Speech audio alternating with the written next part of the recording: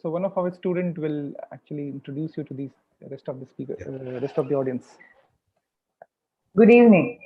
I welcome all the faculties and students to today's webinar organized by the VINN Astronomy and Astrophysics Club of CUT.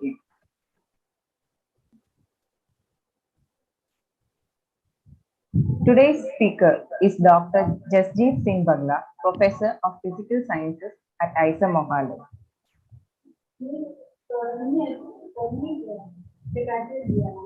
He did his PhD from IISER Pune and completed his postdoctoral research at the Institute of Astronomy in Cambridge and Harvard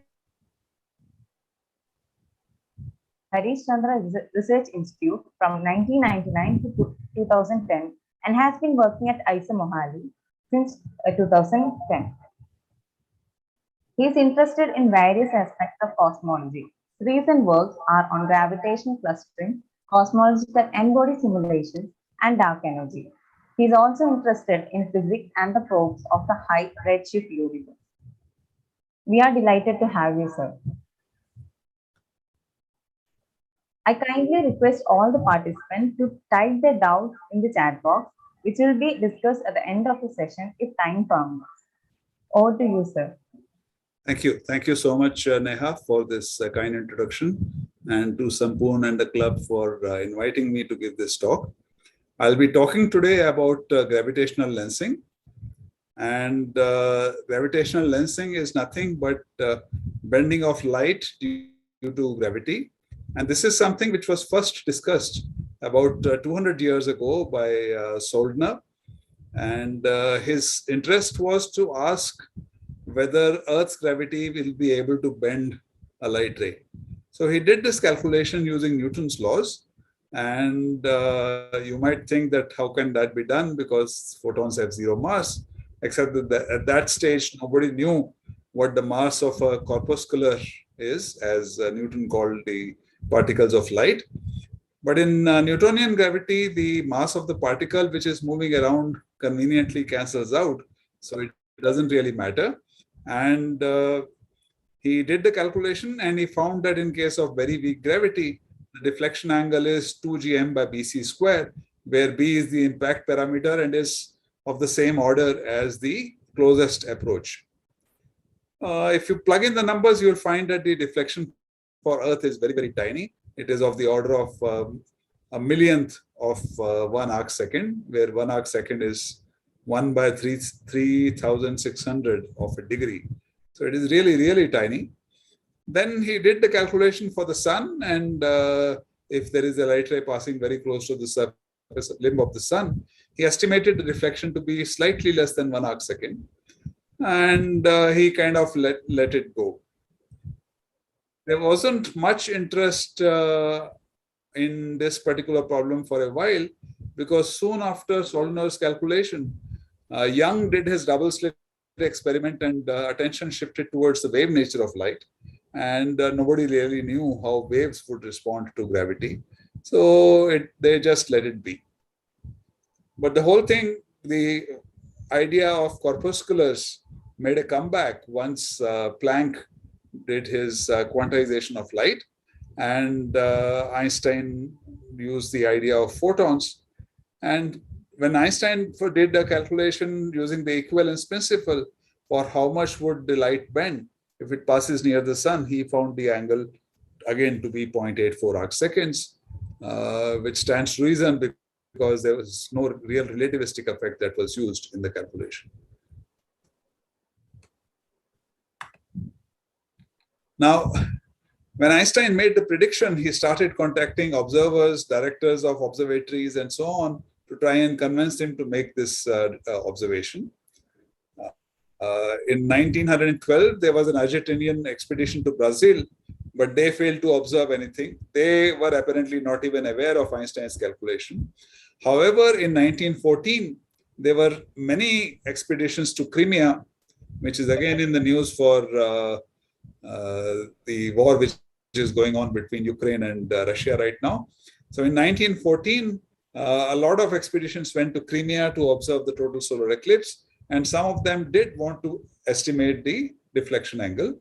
However, they all got caught up in the war, and astronomers from friendly countries like England and so on were allowed to leave, but they had to leave their equipment behind because space in ships was very precious. And astronomers from not so friendly countries like Germany were caught and arrested as prisoners of war. Hello? Yes, yes. Yeah. So Einstein, of course, had been working on his theory of gravity, and he completed the general theory of relativity in 1915. And then he revisited the calculation, and he found that in general theory of relativity, the answer is twice of what he had calculated earlier. It is 4gm by Vc square. So then he started writing to people at that stage, except that there was a world war on, and none of the astronomers really had time to focus on this. Interestingly, through a neutral country like Netherlands, the news of Einstein's calculations, also of general theory of relativity, reached England, where Eddington was seriously interested in what Einstein was saying. And he highlighted this in the Royal Society and the Royal Astronomical Society. And he pointed out that such an observation may be made during a total solar eclipse. Dyson, who was the royal astronomer at that time, he did calculations for forthcoming eclipses and said that the eclipse in May 1919 will be most appropriate for such a measurement because of two reasons. One, it's a very long total solar eclipse, totality of almost 6 minutes, which means you have plenty of time to take photographs. And second, Sun is going to be very close to an open cluster, Hyades, in the constellation of Taurus. And because of that, there will be plenty of bright stars in the vicinity to do the calculation of the bending angle. So this over here is the full equation for describing trajectory of photons. And when you solve this in the weak field limit, you recover the formula which I gave you earlier.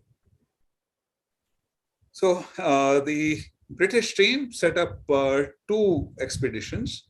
One was sent to Sobral in Brazil. So this picture is from Sobral, where they had two telescopes making the observation. And one expedition went to Principe, which was an island off the West African coast. It was helpful that they took two telescopes to Sobral. And in fact, taking the smaller telescope, which has this square kind of a box look on the right-hand side, was a suggestion of one of the people who had made observations of an eclipse in 1914. And they had found that the smaller telescope behaved much better than the bigger telescope. So they recommended that both be taken. The expedition, the planning, the observations, reduction, all of these are described very nicely in this particular paper in the Proceedings of Royal Society. And it was written by Dyson, Eddington, and Davidson. There were other people who were involved in the observations, but they are credited in acknowledgements, not as co-authors. So if you are interested in history of science, it is worth reading this paper. It is full of very interesting details of how things were done. The final result, which is presented in this plot, is, so one has to understand how this plot is made. On the x-axis is the distance of a star from the center of the sun. The axis is inverted, so things which are closer to the sun are on the right-hand side. Things which are further away from the sun are on the left-hand side. And on the y-axis is the amount of bending angle, which has been measured. So of course, bending angle has to be larger for stars which are close to the sun. Black circles, filled black circles are the data points. Thick black line which runs diagonal was the prediction for from Einstein. Thin black line, which is slightly above it, slightly higher slope, is the best fit to the data. And the dashed line at the bottom is what should have been observed if the non-relativistic or the Soldner prediction had been correct. So clearly, the data favored what Einstein had calculated using the general theory of relativity, and this made him and Eddington very, very famous overnight. Much better results were obtained by American astronomers led by Campbell for the 1922 eclipse in Australia. There were some doubts which have been expressed periodically about the results from the 1919 eclipse. And that is mainly because the observations from Principe were very few, because the site was cloudy and cleared for a very brief period of time during totality.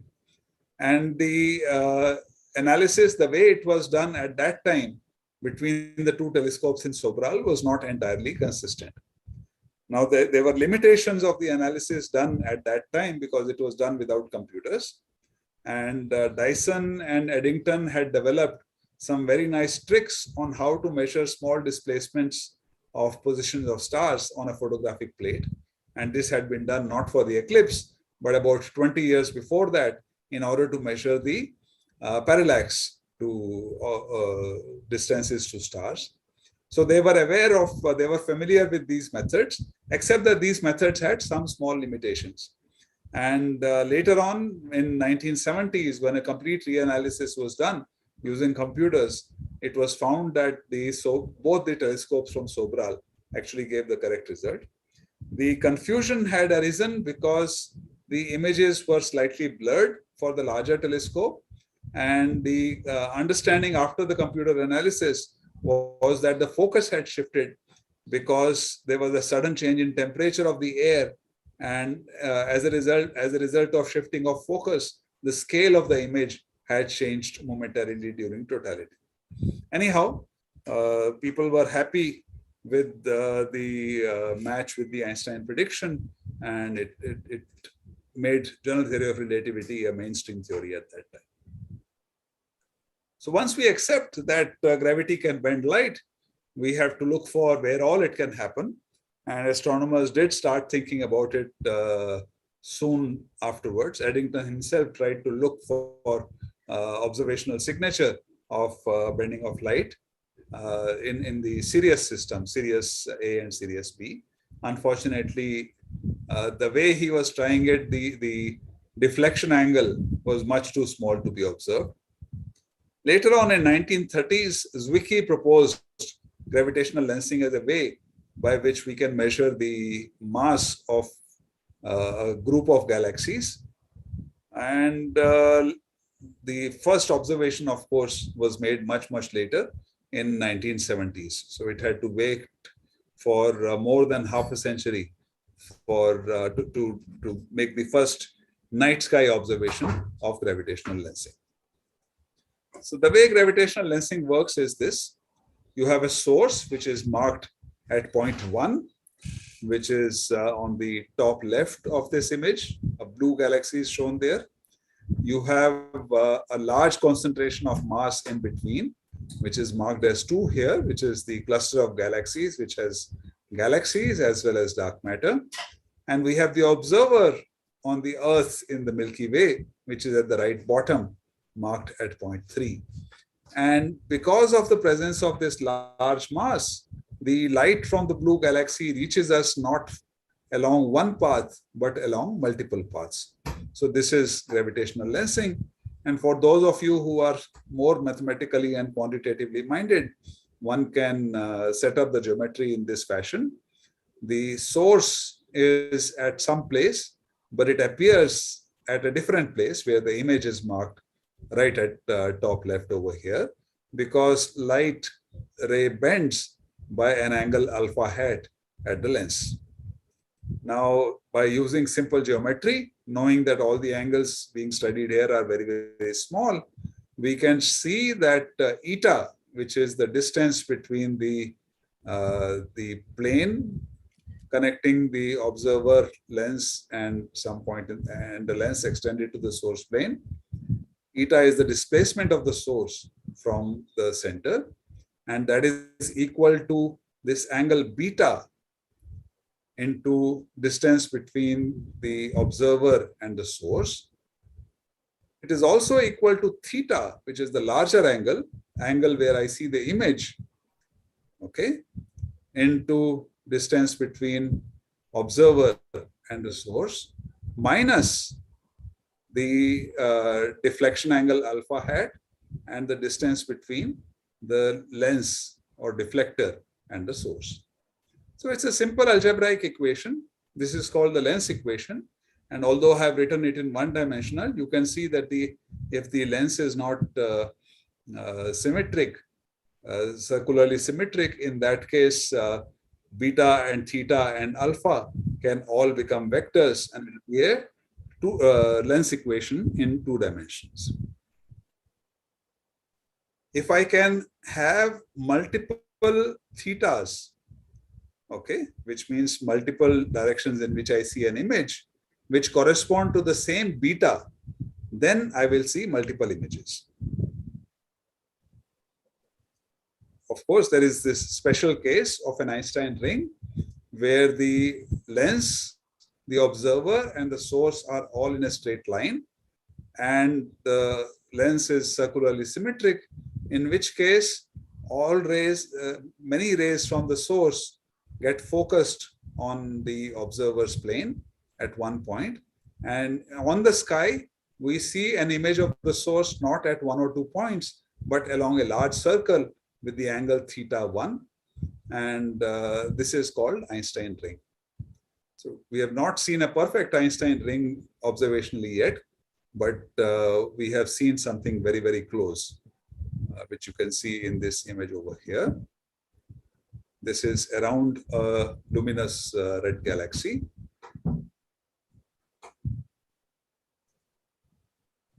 If I have an axisymmetric lens, then I can make a plot of the 2 angles which I have, which is beta and theta.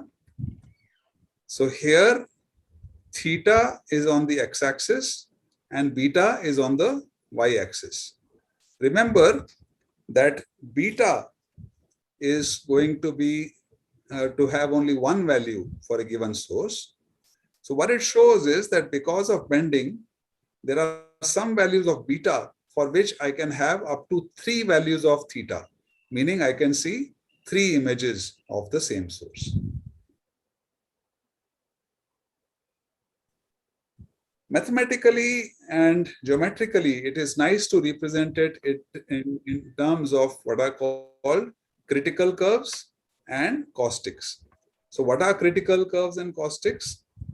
Now, whenever I have multiple images forming, what is essentially happening is that if I take a small area patch on the sky in the image plane, when I map it to the source plane, it will get mapped from an area element to a line element or a point element, which essentially means that the mapping is singular. It is from many to one. And when that happens, I will have, in principle at least, I will have an infinite magnification. So the points which satisfy this in the image plane are called critical curves, and the corresponding curves in the source plane are called caustics. So here there is an example of critical curves on the left and source and caustics on the right, and these are shown for an elliptical lens system. So the mass distribution has elliptical symmetry. It is not axially asymmetric. Depending on the distance, the shape of the critical curve, the caustics will be different.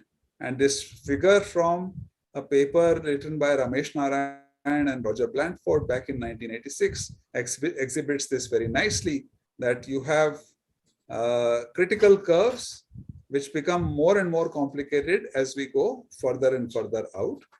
Some of the critical curves have these cusps, which are these points where they are pinched, and there are some caustics have cusps, but there are other caustics like this one over here, which is perfectly round, and it does not have a cusp. So let's look at an example of what happens when I move a source behind a lens. We cannot do this in real life at this kind of a pace, not for galaxies, but in a simulation, I can always do that. So on the left, we see the source plane where the galaxy is moving across caustics. And on the right, we see the images and the critical curves. So I will run this animation a few times so that you can get a feel for what is happening in gravitational lensing.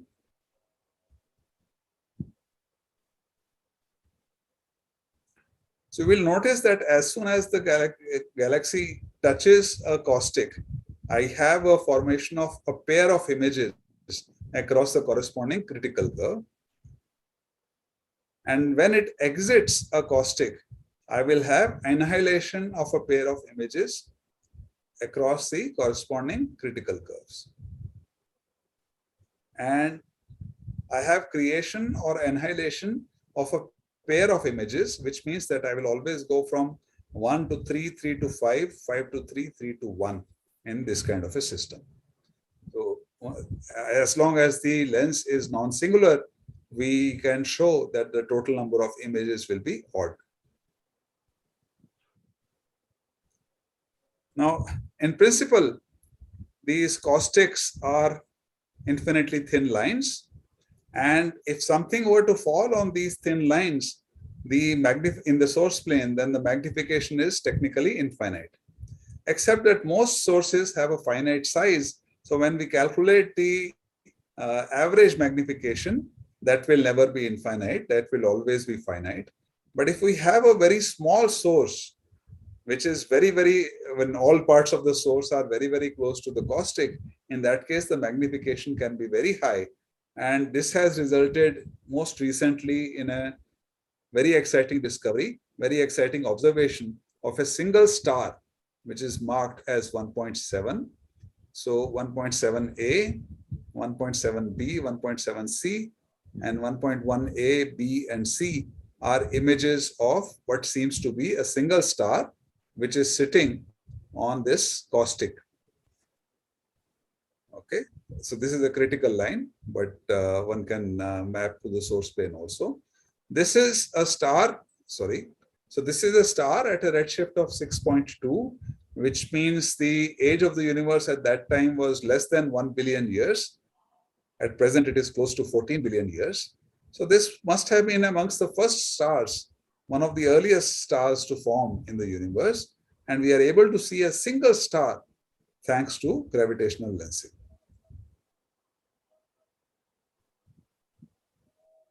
The same lesson, if we apply it in a different way, if I have very large galaxies, for example, when I look at galaxies in radio waves, in that case, galaxies appear much bigger than they appear in optical. Then the magnification because of gravitational lensing for those will always be very small. So now we'll look at formation of a very special kind of an image, where we have formation of a ring of images, except that the curvature of this ring is very tiny and has no correlation with the mass of the lens. If I go back 2 slides, you will notice that the ring of images which forms here is about as large as the set of critical curves I have. And that is related to the total mass of the lens. So now you have formation of a ring at this point. And you can see that the ring is as large as the lens. But in this case, we will have formation of a ring which is extraordinarily tiny. So this is a peculiar kind of a singularity of lens maps. It has been known for some time, but not studied in detail because it is not one of the stable lens image formations. So along with the student Ashish Meena, we studied such peculiar systems. And when we dug up the observations and so on, we found that there may have been one observation of this kind of a system about 15 years ago. But what seemed depressing to us at that time was that people who pointed out what this image formation is, so this is called a purse, they said that according to our calculation, we will see only one of this kind in the sky, and we will not see any more. So we thought that that was depressing. But since we had set things up, we decided to do more detailed calculations on this. And I'll talk about those in a short while. So this is another kind of a peculiar image formation where you have formation of 7 images and a very, very interesting characteristic pattern radiating out from the center.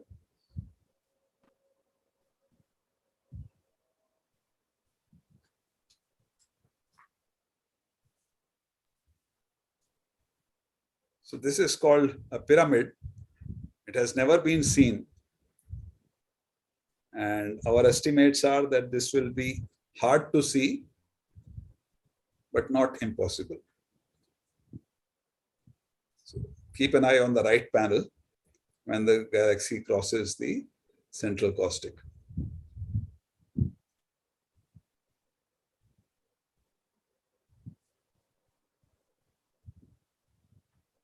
There are also other peculiar image forms like swallowtail, where the image is, so the bottom image, which shows you a boomerang-like object. So that is the characteristic image for a swallowtail.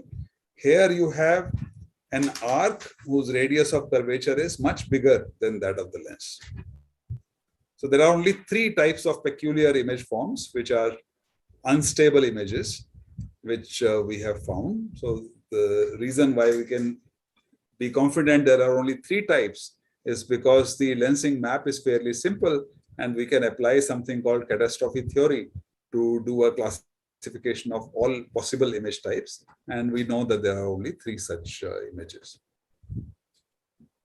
Here is a picture of swallowtail. You can see that at the bottom. There are many weird lines crisscrossing.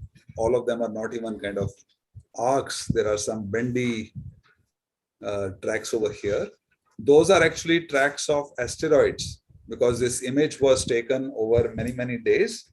And in that period, these asteroids were moving, and their orbit as projected on the sky can look kind of spooky. So don't go by them.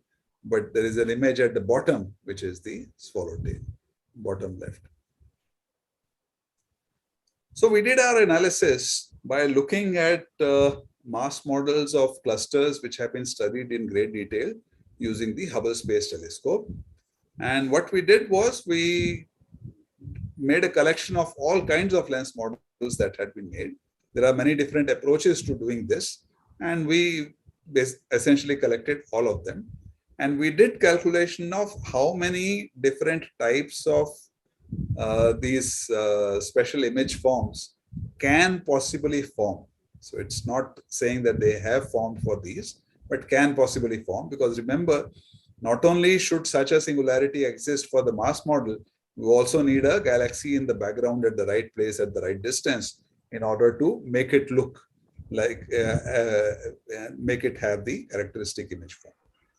So when we compared all of these different models, to our surprise, we found that the number of such images that are predicted varies very wildly across them, even though they all match the current observations. So we said, okay, we asked the question in a different way. Out of all of these mass models, which is the mass model which predicts the smallest number of such image forms? And it turned out to be a non-parametric approach pioneered by Lilia Williams and Prasenjit Saha. And in their case, we found that the estimate is that roughly 1 in 5 clusters of galaxies should have at least one such image type. Now remember, the earlier estimate was at most 1 in the entire sky. There are hundreds of clusters of galaxies, and we are now saying that for 1 in every 5 can potentially show such image forms. So our estimate is very, very different. And it could be higher because we have taken the most conservative set of lens models here. So then we said, okay, once we take a mass model, we can put a known patch of the sky behind this lens and ask what happens. So this is a mock observation of the Hubble Ultra Deep Field as the background and the Abell 370 cluster as the foreground. And we can, of course, do many realizations, many different orientations, and we can count how many different types of peculiar images will form. And we get a probability for these different types, which is that pretty much every rich cluster may have at least one such image that can possibly form. Okay, so that is if the galaxies are at the right place. Now, this was for lensing by a cluster of galaxies where we can see spectacular image formations. And these spectacular image formations show us multiple images of galaxies. What if the mass which is doing the lensing is not very big, not very high? In that case, the separation of images will be small and we may not be able to see those separate images. But if we are collecting light, then the total brightness from the source will definitely be different. But how will we know that it is different, or what is it different from? So that is where the idea of microlensing comes in. So in microlensing, you have a lens which could be a star, which could be a black hole, it could be a neutron star, which is moving within our own galaxy. And as a part of that motion, it may come almost in the line of sight to a background object and make it look brighter for a short while. So this technique has been in use now for more than 30 years, and it has been used to put constraints on what kind of objects are there in the galaxy, which are otherwise not seen as stars. So there were two projects. One was called MACHO, Massive Compact Halo Objects. The other was OGLE. Recently being a few years ago, OGLE made an observation of brightening of a background star. These observations were made in 2011, where we could not see anything about the object which was doing the lensing. Nothing at all could be seen, even though many follow-up observations were made. Excuse me. So people kept on observing these, and recently some other observations have become available which allow us to figure out how the stars which we can see in this field are moving. And using that, some interesting constraints can be put. So what you see over here is the observed brightness of a background star as a function of time. And you can see that the brightness increased very sharply for a brief period of time, and then it came down. So the middle portion where it went up and came down is expanded in the bottom panel. And by this increase and decrease, we can say something about how massive was the object which did the lensing and how fast it was moving. And we now believe, this is given in the paper by Lam et al., references given on top, it is believed that this is probably a black hole which is just wandering around in our galaxy. And this is something very new. This is actually from the archive today. What is shown here is the observation of, again, microlensing, but this time this is microlensing by an object which is orbiting a small star. So what we see here is lensing by an object which is in itself not seen. And unlike the earlier case, where we see only one peak, we are seeing two peaks over here because of the orbital motion of these two objects in a binary. So this has led to discovery of a Jupiter-like planet around a star which has a mass which is roughly half the mass of Sun. So this has become a new tool for even detecting exoplanets, planets around other stars.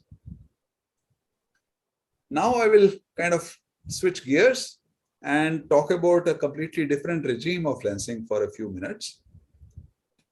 If we have a gravitational wave which has a wavelength that is comparable with the Schwarzschild radius, which is the characteristic gravitational scale corresponding to any mass, then what happens?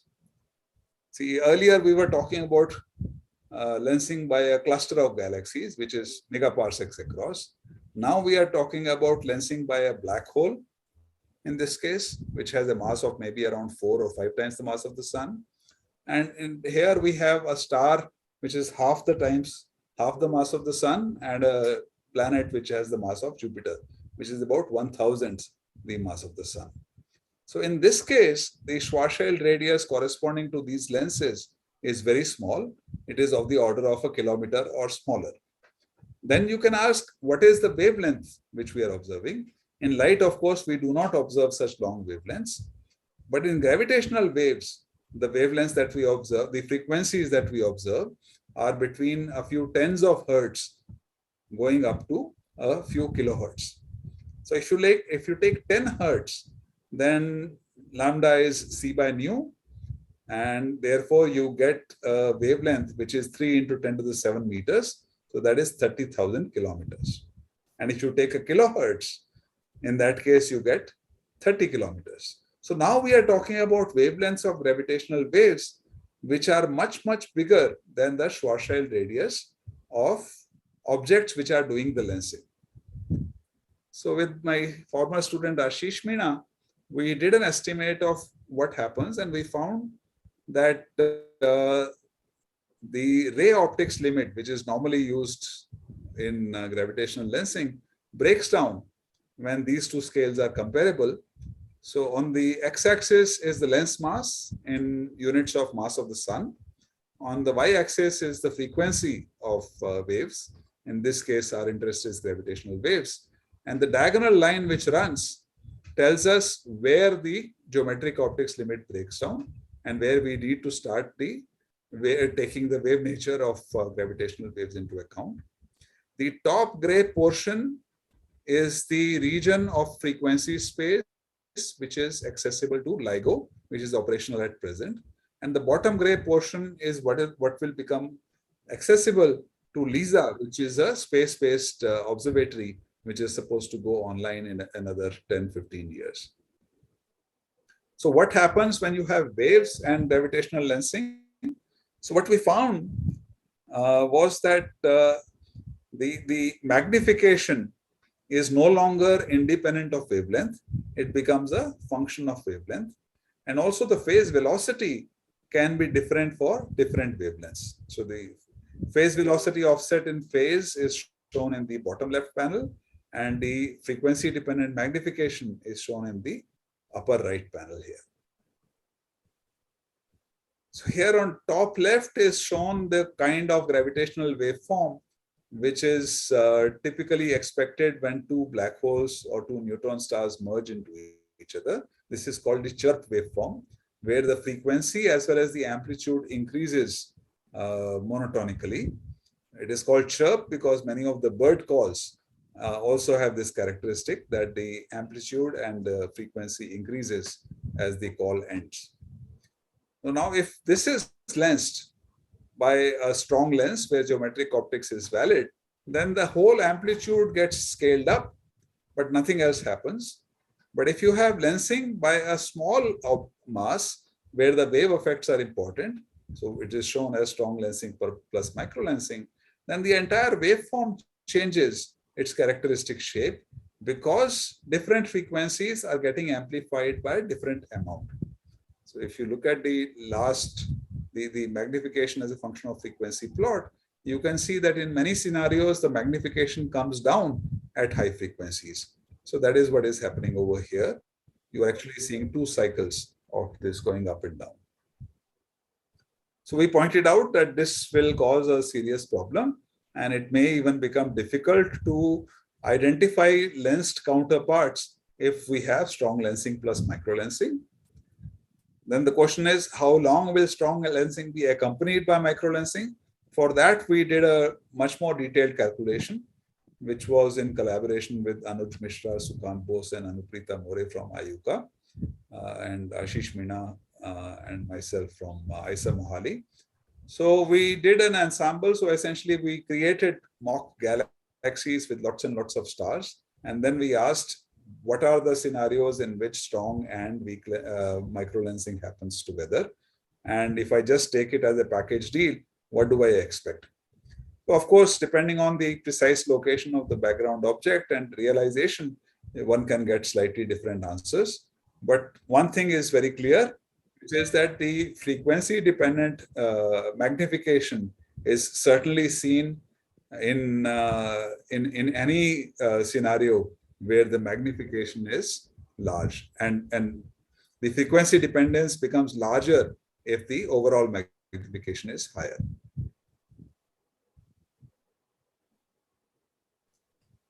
Now, what would happen if we were looking not at the kind of neat and clean signals seen here, which are seen from mergers of black holes? Suppose I look at collapse of a supernova, which is also expected to give out gravitational waves. Unfortunately, for such events, the gravitational waves are very murky. They are not kind of quasi-monochromatic or sinusoidal locally. They look like random noise, and they have a large frequency spread at any given time. So you can see some plots here which show you the frequency spread as a function of time as well as the predicted signal. These are from some computer simulations of supernovae, core collapse supernovae. So what we asked was, suppose we take such a signal and we try to lens it or micro lens it, what will we see? And we found that in time series, we see absolutely nothing. There is absolutely no difference, which we can discern by our eyes. So this is showing the large frequency width for the supernovae. Then we said, okay, we will generate this kind of a signal. So this is some technical detail of how it is generated, and then lens it, and then look not only at the time series, but at the power spectrum. Essentially, a description of the amplitude as a function of frequency. And what we found very interesting was that the moment we did that, we started seeing a broad oscillatory pattern if the signal was lensed. And the oscillations in the power spectrum kind of matched the oscillations in the magnification as a function of frequency. So this we thought was very interesting, and it can become a very nice way of digging out or finding out whether a signal is lensed or not. And by trying to match peaks of the two objects, power spectrum and the magnification, we are able to distinguish between unlensed and lensed signal if the lens is larger than 150 solar masses. But if we take a statistical approach of doing a cross correlation, in that case, we are actually able to distinguish for lens masses as low as 50 solar masses. Much more interesting is that there is absolutely no effect of noise in this system. We can have a signal to noise ratio which is as poor as 1 or as good as 30, and the correlation, the cross correlation works wonderfully and allows us to discover whether the signal is lensed or not. We can even try to recover the parameters of the lens, and it's not perfect, but maybe aided by other observations like Gaia, which now pretty much gives us locations of all the stars in the galaxy. We should be able to figure out what is doing the lensing and so on. So I hope I have introduced you to some broad brush features of gravitational lensing, and you can appreciate what all possibilities are there, and maybe you will get interested in some of these things. So this is a list of my collaborators. Ashish Meena was a student here at IISER Mohali. He moved to Ben Gurion University for his postdoc. Anuj Mishra is a PhD student at IUCA. Anuprita More and Sukant Bose are faculty members at IUCA. Rahul Ramesh was a BSMS student at IISER Mohali. So the last work which I showed you was a part of his master's thesis, and he is now doing his PhD at Heidelberg. I'll stop here. Thank you. Thanks a lot, Jasjeet, for such a wonderful talk. So I think there are a few questions. Devika, you can unmute yourself and you can ask a question. Devika? Yes, sir. You can unmute and ask. Okay, sir. The first question is, how does gravitational lensing help in the study of dark matter? Well, the amount of bending of light which happens, that is something which we can observe. And just a second.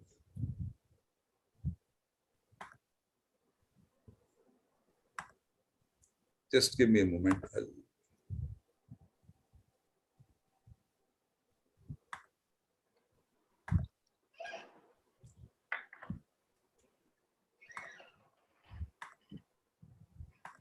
Yeah. So as you can see, the bending angle depends on the mass of the lens and the distance of closest approach. So if I can get an estimate of the bending angle by looking at multiple images, then I can find out how much mass is contained in the lens. And we can compare it with how much mass we can see in the form of galaxies, and thereby determine how much of the matter is visible and how much of the matter is dark matter. Does that answer your question, Devika? Yes, sir. Yeah. Thank you, sir. And shall we go to the next question? Yeah, you ask. So Kaviraj is asking, does expansion of the universe can be explained by gravitational lensing? Expansion of the universe? No, that cannot be explained by gravitational lensing. Gravitational lensing is completely different. Expansion of the universe requires modeling the universe as a whole. And when you do that modeling, you realize that it is pretty much impossible to have a universe which is not, which is static. So therefore, it has to be either contracting or expanding. And then observations tell you that at present it is expanding. And then you use more observations to find out what are the characteristics of the universe in the sense of how fast it is expanding, how fast is the expansion varying, whether it is accelerating or decelerating.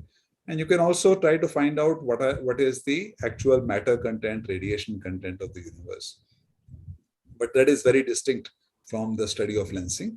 Lensing does use some of the results from there. For example, when we have to talk about distances, those distances depend on exactly what kind of a universe that you live in. Yeah.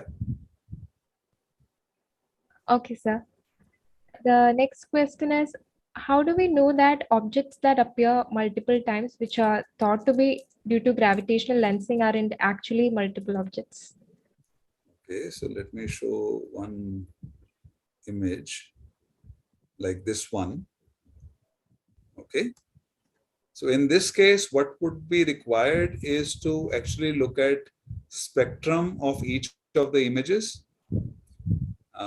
Gravitational lensing, remember, is achromatic when it is in the geometric optics limit. So therefore, the spectra of all the images, if they are actually images of the same object, must be identical. Yeah? Yes, so sir. now, if they are identical, that also puts them at the same distance because their redshifts would be identical. So now if it is not gravitationally lensed, I am in a fix. I have to explain how do I create a ring of galaxies at that distance. So identification is essentially done by looking at the spectrum. Okay, sir. Sir, I think you already answered the next question. It is, how can gravitational microlensing help in finding exoplanets? Yeah, so it can help because suppose we have an indication that there is a star which has exoplanets around it. Now we can monitor background stars in the vicinity of this star on a regular basis. And if the planet happens to come along the line of sight, then that will lead to a magnification of the light of background star. And that magnification can be observed.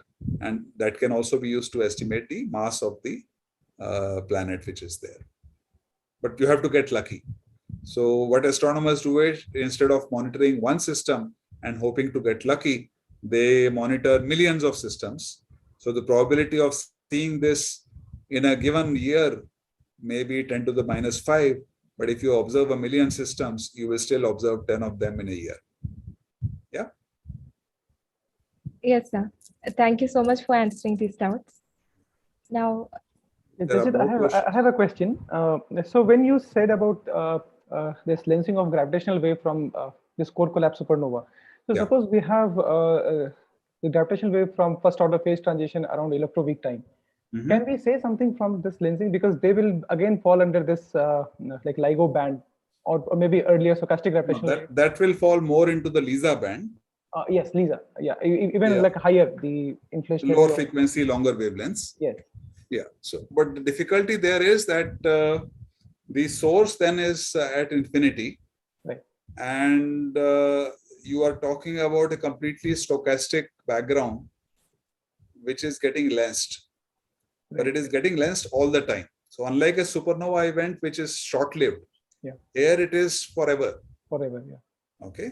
So what you can possibly do is, if you are able to say that, okay, if I look in that direction, I am finding a modification of the power spectrum as compared to that direction, then I can do some work with lensing. But given that the amplitude of the background is so low, that detection itself will require essentially adding up information all over the sky to begin with. It is a later goal. It's not impossible. For example, CMB, when the anisotropies were first detected in 1992, nobody was really worrying about it. But now we seriously worry about lensing of CMB. Right? And how much lensing is there has become a serious issue in resolving the tension between Planck and other probes for H0 and other things. So we have come this far in about 30 years. And I guess in another 30, 40 years, when these students are about to retire, they will be worrying about this question. Right. Right. Yes. So are there any other questions?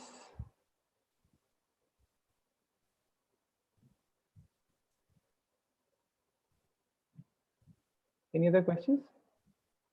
No?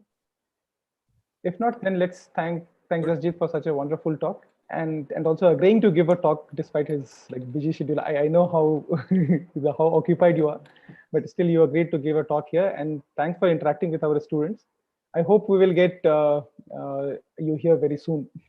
Yeah, we have already discussed this with Madhurima, that we should start inviting people here. So hopefully we will see you here soon. Yeah, it'll be good to visit all of you. Yeah. Yes. Yeah. Okay. Thanks a lot again. Thank you. Bye-bye.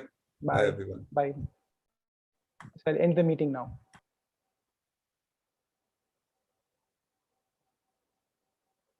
All right. So I'll end the meeting. Bye, everyone.